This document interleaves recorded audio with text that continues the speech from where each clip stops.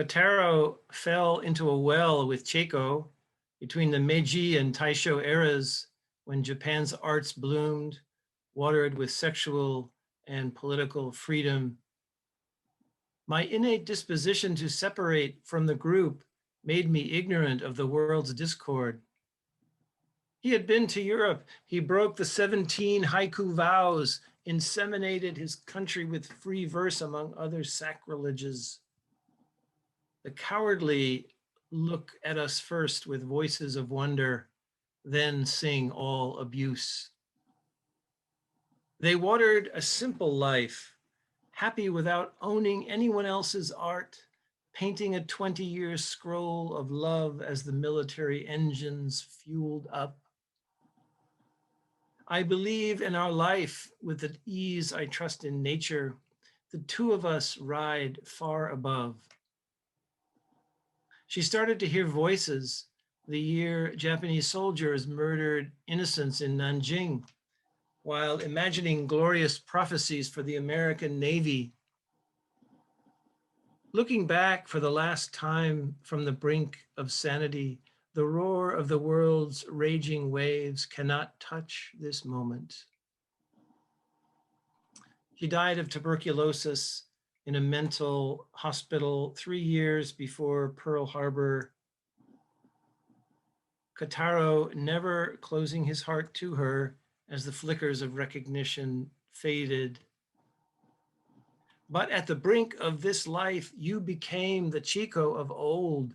All of life's love leaned into an instant.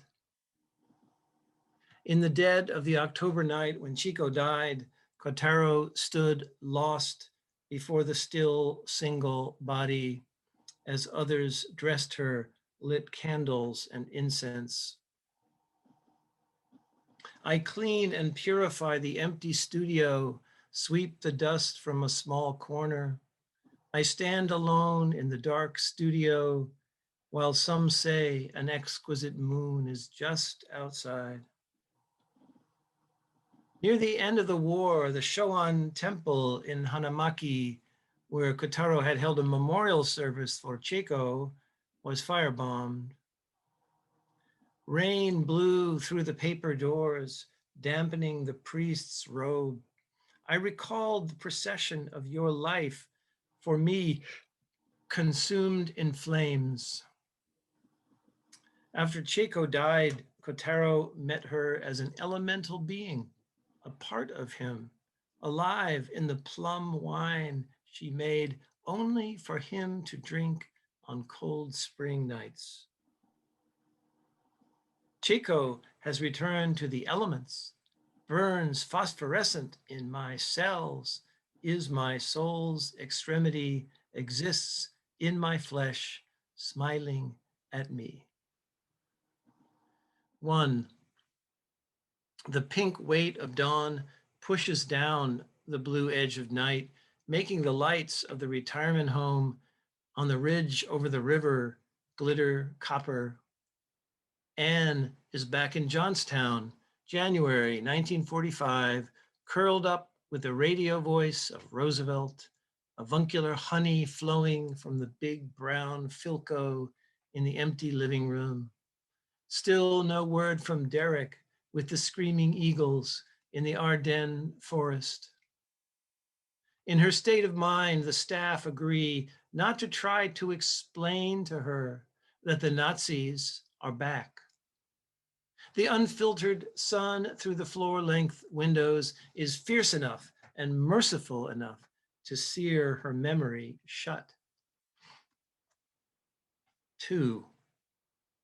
On the ridge over the river, the retirement home windows glow copper again in the dawn, as the breastplate of Hector must have shone while he waited for Achilles. Hank drifts in and out of the same dream of the slender Japanese boy, more like a girl, really, the one he bayoneted behind the beach on Saipan after Ernie took it in the belly from the kid's machine gun. His daughter is bringing the grandkids for lunch. Zach, in 5th grade, is obsessed with World War II weaponry of all kinds, wants to know if the machine gun was type 11 or type 21. 3. Through the windows of my father's New Jersey sunrise room, though the windows of my father's New Jersey sunrise room never glowed copper at dawn, or if they did, he would not have seen such glory from his wheelchair inside. Perhaps he dreamt of his summer honeymoon of 1940, sailing the bay on the True Love with my mother, or was it of that girl he knew in school? Or the sleepy San Juan Sunday when the chief petty officer ran up waving a telegram saying Pearl Harbor had been bombed, he wondering, where is Pearl Harbor? Or the boredom of tug escort duty, circling the old tub over and over as perhaps he protected us steadily and at a distance, the ensign furling itself around the mast, he reversing course to unfurl the flag one more time. That's it. Thank you.